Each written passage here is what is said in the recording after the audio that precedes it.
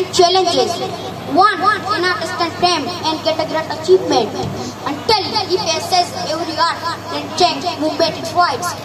The only source which one can explain difficulties and convert impossibility into possibility is a strong courage should always aid.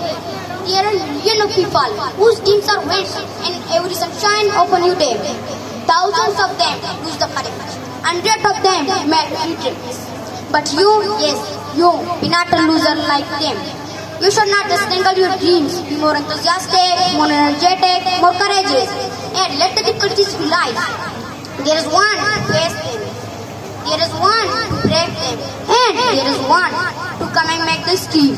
Not of the judges, as aggress the person can get set, great things are achieved through great dangerous. One who feared the difficulties is out of the game and is out of this comfortable era.